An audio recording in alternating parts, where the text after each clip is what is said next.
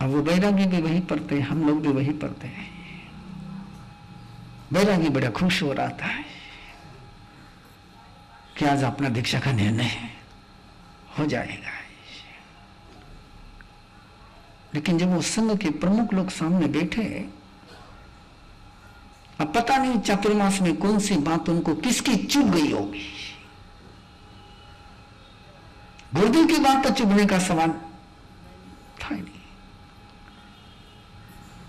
लेकिन जो उन्होंने बोलना शुरू किया हमारे कान का सारा मैल निकल गया।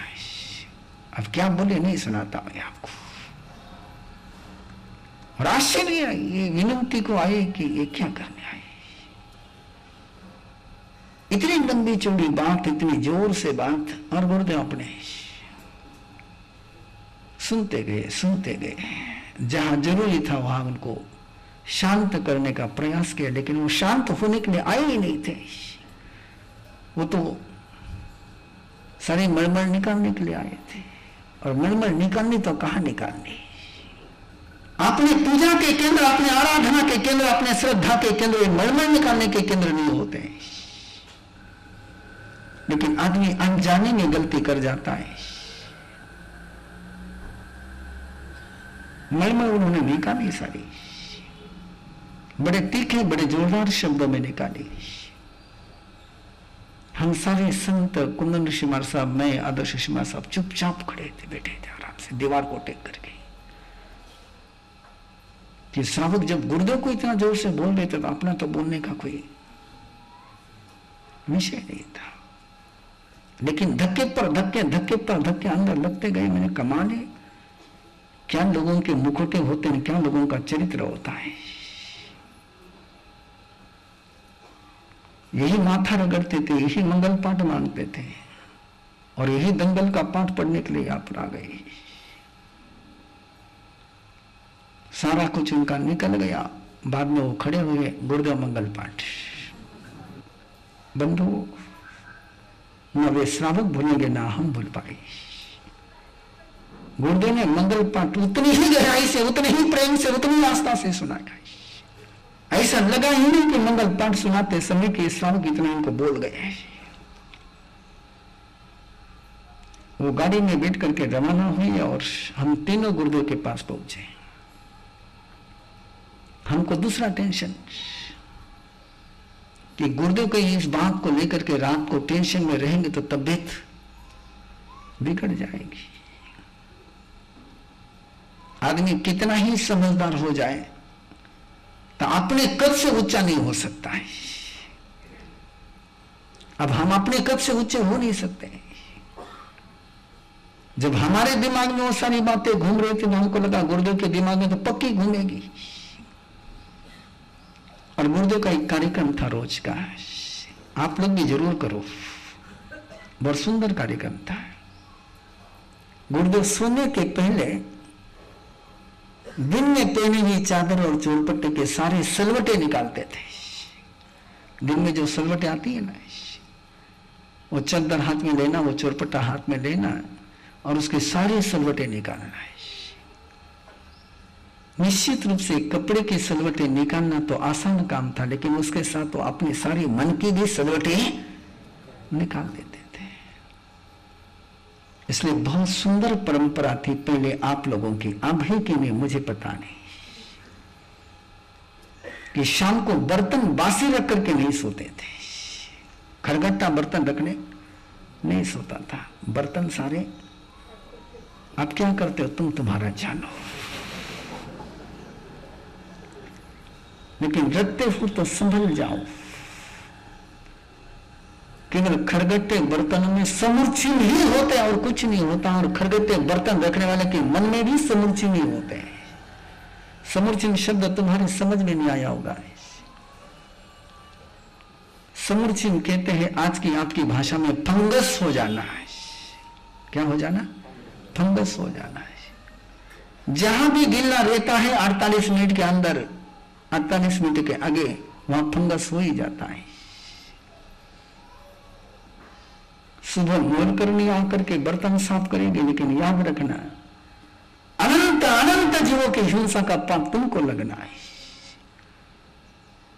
कि वो सारे फंगस वायरस होने ही होने 14 स्थान समूर्छिन के। वो सफाई करना केवल घर की सफाई नहीं होती थी, मन की भी सफाई होती थी, बर्तन की भी होती थी और मन की भी होती थी, कपड़े के भी सलवटे निकलते थे और मन के भी सलवटे निकलते। अगर अपन कपड़े के भी नहीं निकालते, मन के भी निकालते नहीं, दोनों सलवटे जमती जाती हैं। आपने गुरुदेव सलवट निकाल रहे थे और हम गुरुदेव के पास पहुंचे और गुरुदेव से निवेदन किया कि भगवान ये लोग ऐसे ही हैं, इनकी बात को आप कोई ज्यादा चिंतन मत करना है। मैंने कल भी आपको, परसों भी आपको एक बोलते बोलते कहा था, चेले एक अपने जिंदगी में बहुत बड़ी नादानी कर जाते हैं, गुरु के गुरु बनने की कोशिश करते हैं। अब गुरुदेव को सलाह देना चाहना, गुरु का गुरु ही बनना, गुरुदेव को कहना कि तुम इनकी बातों पर टेंशन मत लेना, किसको कहने जा रहे अपन। लेकिन गुरुदेव ने जो जवाब दिया है, उनकी वो दृष्टि, बोले मुझे मेरे गुरुदेव कहकर गए, मुझे मेरे गुरुदेव कहकर के गए, तुझे दाढ़ीम चाहिए तो दाढ़ीम के पेड़ के पास जाना है, तुझे कांटे चाहिए तो बबूल के पेड़ के पास जाना। कोई पेड़ होकर के कांटे भी नहीं देता, कोई पेड़ होकर के फल भी नहीं देता, लेना होता है। मुझे दाढ़ीम चाहिए तो मैं दाढ़ीम लेता हूं, मैं कांटे लेता।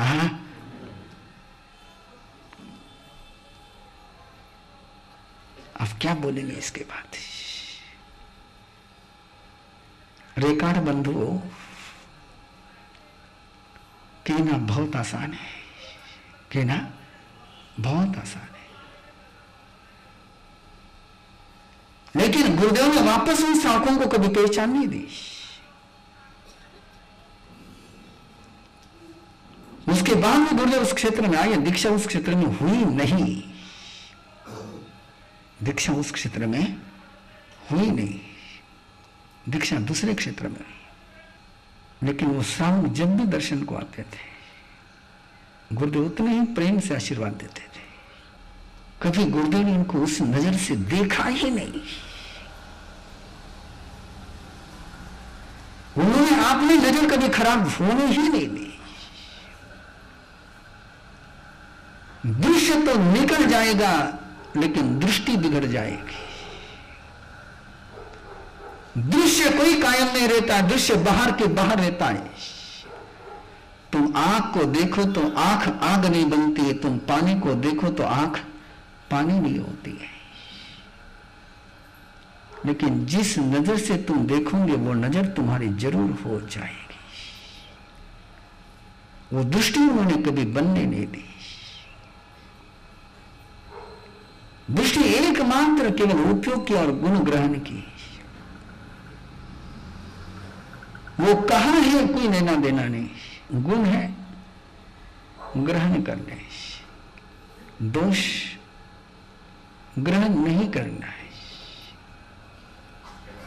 सोलापुर में, कर्नाटक का सोलापुर, और सोलापुर में विश्व हिंदू परिषद और आरएसएस का एक बौद्धिक गुरुदेव के सानिध्य में उन लोगों ने रखा।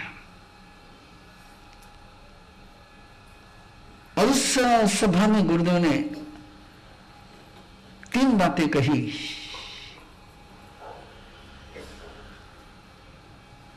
बोले मुसलमानों के पास जो संगठन है, क्रिश्चियनों के पास जो सेवा है, और सिखों में जो गुरु भक्ति है, ये 3 यदि किसी समाज में आ जाए तो ब्रह्मा विष्णु महेश बन जाएगा। जो संगठन वहां पर 1 घंटे तक गुरुदेव ने इस पर बात करी। इन 3 बातों की जरूरत है। बोले केवल संगठन भी नहीं चाहिए, केवल सेवा भी नहीं चाहिए, केवल भक्ति भी नहीं चाहिए। इन तीनों का समन्वय हो जाए। जहां जो है लेना है, उस लेकर के एक निर्माण की यात्रा शुरू करना है। बोझ उतर जाता है, और शक्ति बढ़ जाती है। उपकारियों के उपकारों को याद रखा तो बोझ उतर जाता है और शक्ति बढ़ जाती है।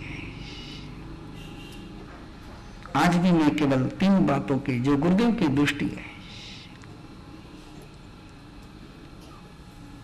उपयोग करना है।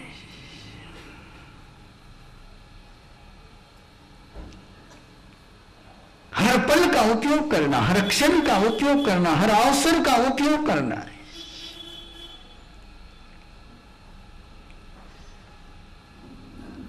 सयाने होते हैं वे बद्दुआओं को भी दुआओं में बदल कर रख देते हैं। दुआएं नादानों को मिली है और उन्होंने उसको बद्दुआ में बदला है। हाँ, वो तो ध्यान में।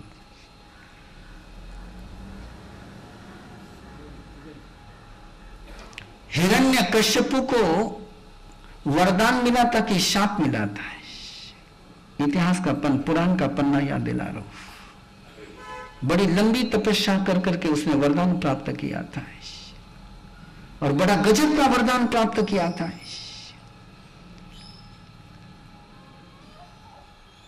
कि न शस्त्र से मौत हो, न अस्त्र से मौत हो, न दिन में हो न रात में हो,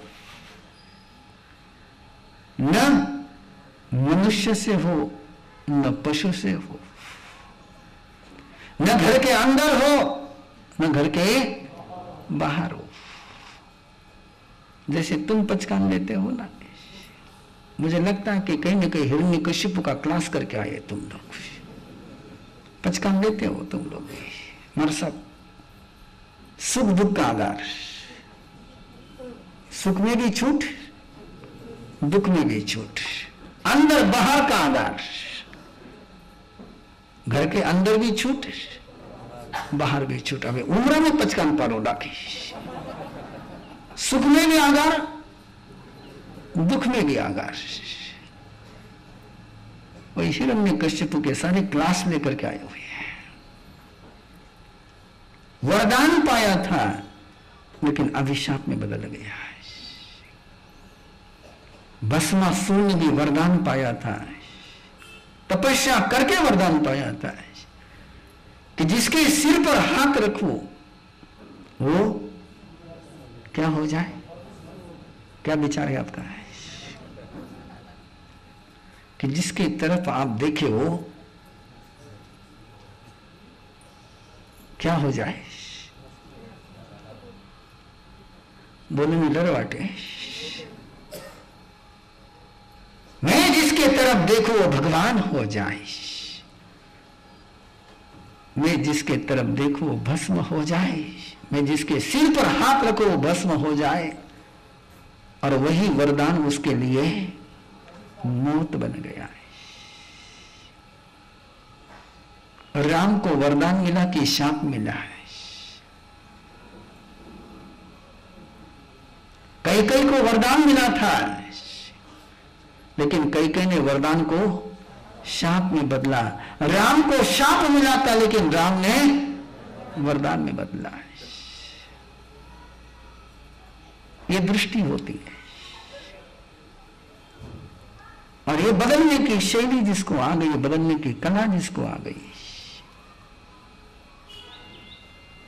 वही अपने जीवन में शाप को वरदान में बदलना और वरदान को शाप में बदलना है। कौन सा रास्ता पसंद है?